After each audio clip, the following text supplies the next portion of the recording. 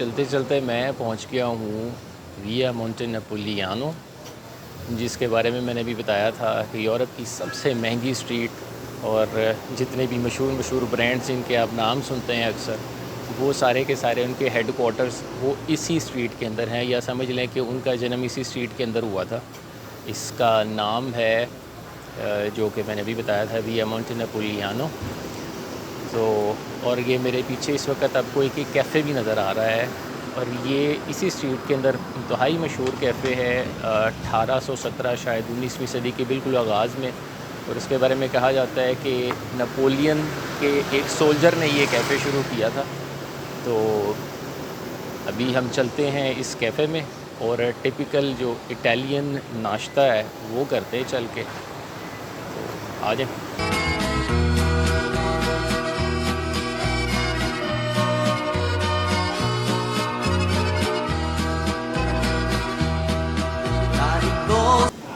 जो रेस्टोरेंट अभी हमने देखा था वो तो बंद है, उनकी चल रही है समर ब्रेक। तो उसके बिल्कुल पास ही एक और कैफ़े मुझे नज़र आया था, तो फ़िलहाल हम उसमें बैठ गए। अपना नाश्ता तो करें यार। तो टिपिकल जो इटालियन नाश्ता है उसमें आमतौर पर एक होती है जनाब कैपेचिनो और साथ में एक क्रोसॉन। तो लेकिन एक चीज़ मैंने यहाँ पर नोट की है कि यार ये जो कैपेचिनो है ये मैंने दुनिया में बहुत सारी जगहों के ऊपर ट्राई की है, लेकिन जो मज़ा आपको इटली में किसी भी जगह के ऊपर, स्पेशली मिलान में जो मज़ा कैपेचिनो का है वो और टेस्ट मैंने इसका दुनिया में कहीं नहीं देखा। शायद उसकी वजह ये भी हो सकती है कि इसका बर्थ कैपेचिनो ईजाद ही यहीं पे हुई थी। तो हम करते हैं अपना नाश्ता।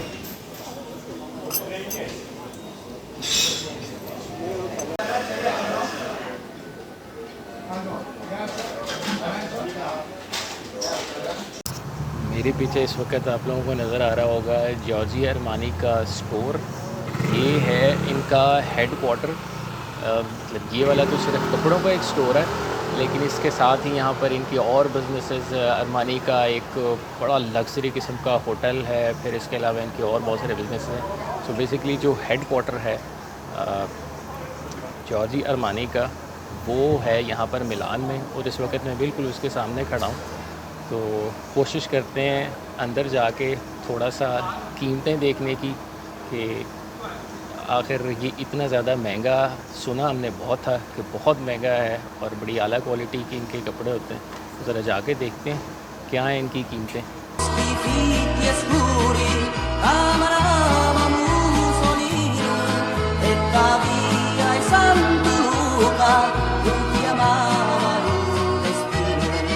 ये जॉर्जियो अरमानी का जो मेन हेड क्वार्टर है, इनके स्टोर के अंदर मैं आया हूँ मेरा थोड़ा सा विंडो शॉपिंग करने के लिए। देखें कि यार क्या कीमतें हैं, इतना मशहूर ब्रांड जिसके पीछे सारी दुनिया पागल होती है।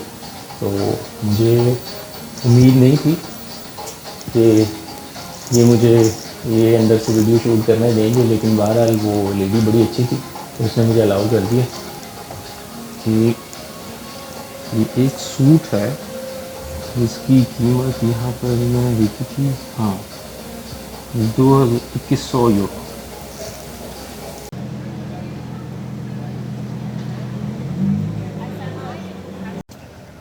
ये ओमेगा ब्रांड की कुछ घड़ियाँ हमारी पहुँच से बाहर है भाई।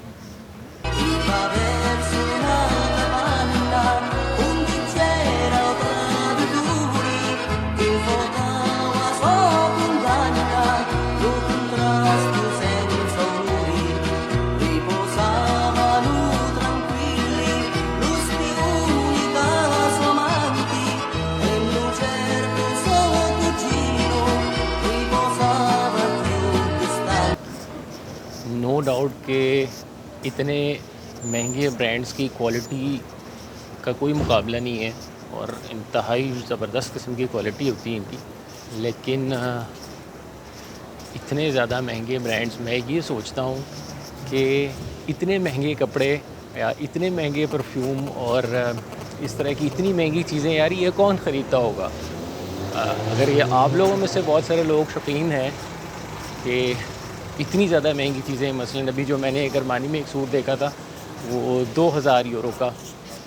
वैसे इस बार मैंने एक चीज़ नोट की है कि अभी पिछले साल जब मैं आया था तो उस वक़्त कीमतें थोड़ी सी ज़्यादा थीं। अभी शायद इन्होंने कीमतें थोड़ी सी इसकी कम की हैं। यही वाला सूट मैंने देखा था उस वक़्त ये 3000 यूरो, तो अभी ये 2000 यूरो का लगा हुआ है, 2100 का सॉरी। तो बट स्टिल अगर 2100 यूरो का एक सूट जो कि पाकिस्तानी रफली कितने बन जाते हैं यार, 2000 यूरो या 2100 यूरो, रफली 6 से 7 लाख रुपए के दरमियान में। तो 6 से 7 लाख रुपए का एक खाली सूट, इवन कि यूरोपियन स्टैंडर्ड के हिसाब से भी 2000 यूरो एक अच्छे भले पढ़े लिखे इंजीनियर की तनख्वाह होती है यार महीने की। ये एक छोटा सा ओवरव्यू था यूरोप की सबसे महंगी स्ट्रीट विया मोंटो नेपोलियानो का। और जिस तरह से यहाँ से अब हम चलते हैं, एक बड़ा मशहूर किला है फोर्ट्रेस मिलान का, कास्टेलो स्फोर्त्सो।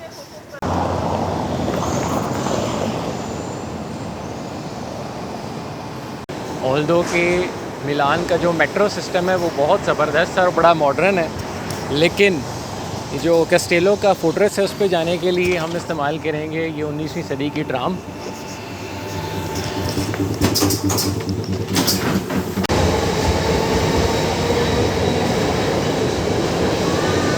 मिलान की एक और टूरिस्ट अट्रैक्शन ये फोर्ट्रेस है। ये किला जो इस वक्त मेरे पीछे नज़र आ रहा है ये है कास्टेलो स्फोर्त्सा, और ये किला बनवाया था फ्रांसिस्को स्फोर्त्सा ने 15वीं सदी में एक यूनिफिकेशन की याद में। जैसा कि मैंने पहले बताया था कि इटली का जो जोग्राफिया अभी हमें आज नज़र आ रहा है ये हमेशा से इस तरह से नहीं था। इसकी बहुत सारी जगहों के ऊपर यूनिफिकेशन हुई, बहुत सारी छोटी छोटी रियासतें थी जो कि कभी इकट्ठी हो जाती थी और कभी फिर लड़ पड़ते थे आपस में। तो 15वीं सदी में एक यूनिफिकेशन की याद में फ्रांसिस्को स्फोर्त्सा ने ये किला तमीर करवाया था, जिसकी बाद में रेनोवेशन 16वीं और 17वीं सदी में मज़ीद की गई। तो इसको भी चल के ज़रा थोड़ा सा देखते हैं, एक्सप्लोर करते हैं।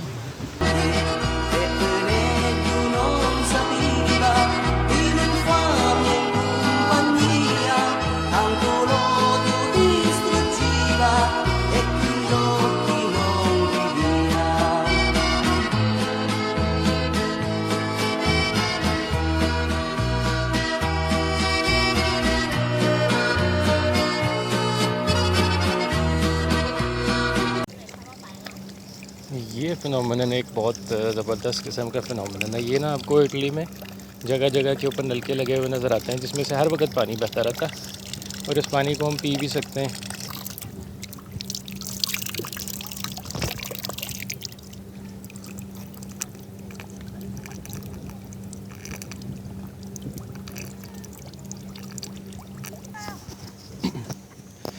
ये नलके भी 1850 के आसपास जब वो गैलरिया विक्टोरिया जो अभी हम देख के आए हैं जब वो बनी थी 19वीं सदी के मिड में समवेयर, तो उस वक्त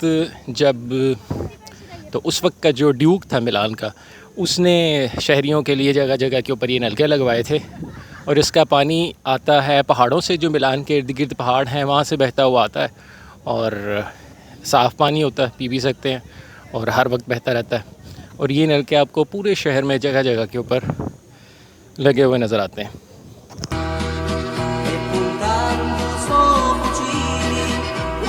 मेरे पीछे इस वक्त है आर्चो डेला पेस यानी आर्क ऑफ द पीस।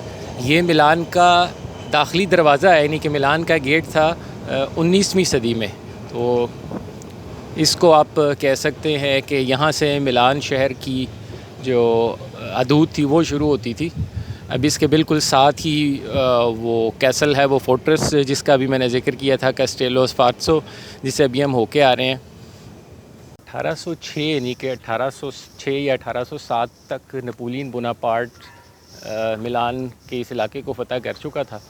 तो ये उस वक़्त की फसील कह सकते हैं इसको कि 19वीं सेंचुरी में, तो वहाँ पे फिर इस जगह से मिलान शहर का आगाज़ होता था।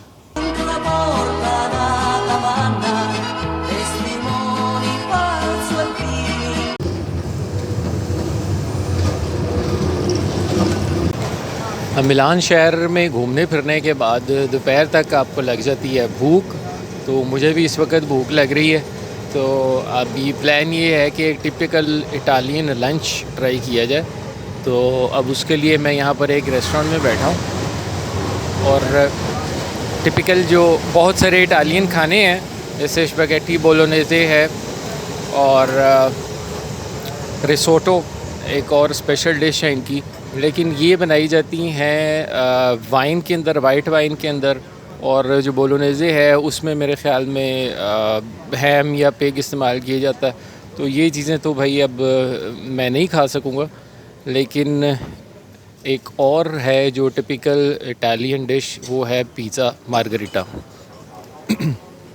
तो पिज़्ज़ा मार्गरीटा मैंने ऑर्डर किया है, तो वो अब हम ट्राई करते हैं, साथ में पानी या जूस। तो ये आ गया है जनाब हमारा पिज़्ज़ा मार्गरीटा। तो इसको अब हम करते हैं ट्राई। मिलान की एक और बहुत खूबसूरत अट्रैक्शन वो नविगली कैनाल्स के नाम से नहर है, जो कि मिलान के बिल्कुल दरमियान में से गुज़रती है और जाके मिलती है अटलांटिक ओशन के साथ। ये भी 19वीं सदी में बनाई गई थी। बुनियादी मकसद इस नहर के बनाने का शहर के अंदर से मटीरियल्स की ट्रांसपोर्ट की आसानी थी।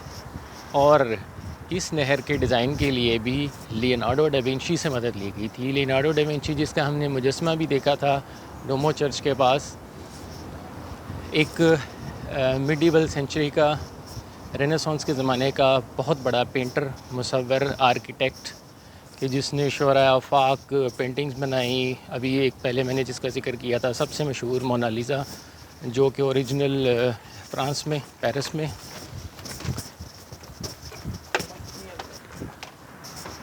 इसके अलावा एक और बहुत ही मशहूर पेंटिंग लास्ट सपर के नाम से, जो कि मिलान के ही एक चर्च में है, लेकिन वहाँ पर जाने के लिए भी एडवांस बुकिंग करवानी होती है। तो फ़िलहाल तो हम वहाँ नहीं जा सकेंगे। लास्ट सपर यानी कि हज़रत ईसा का जो आखिरी खाना था उसको पेंट किया था उसने। तो इस नहर का बुनियादी मकसद तो चीज़ों की ट्रांसपोर्ट था समंदर से मिलान तक के लिए, लेकिन ये एक तरह का स्पॉट भी बन गया। रिलैक्स करने के लिए लोग आते हैं यहाँ पर, बैठने के लिए, जॉगिंग करने के लिए, साइकिलिंग के लिए। बहुत ही पुरसकून और बड़ा ज़बरदस्त माहौल है।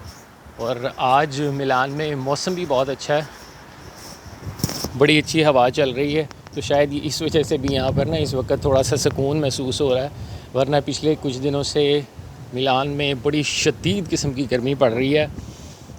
इतनी शदीद गर्मी है कि कमरे के अंदर पंखे के साथ भी गुजारा करना ज़रा थोड़ा सा मुश्किल हो रहा है। बड़ी शदीद किस्म की गर्मी पड़ रही है आजकल। इस नहर के दोनों तरफ ना बहुत दूर दूर तक कैफ़ेज़ ही कैफ़ेज़ हैं। और एक और चीज़ मैंने नोट की है कि इस नहर का पानी बहुत ही साफ़ है। गहराई नहीं है इसकी इतनी ज़्यादा, बहुत थोड़ी सी गहराई है इसकी, मेरे ख्याल में ऐसे कोई 5-6 फिट होगी। लेकिन वो पानी इतना साफ़ है कि आपको नीचे से ज़मीन साफ़ नज़र आ रही है।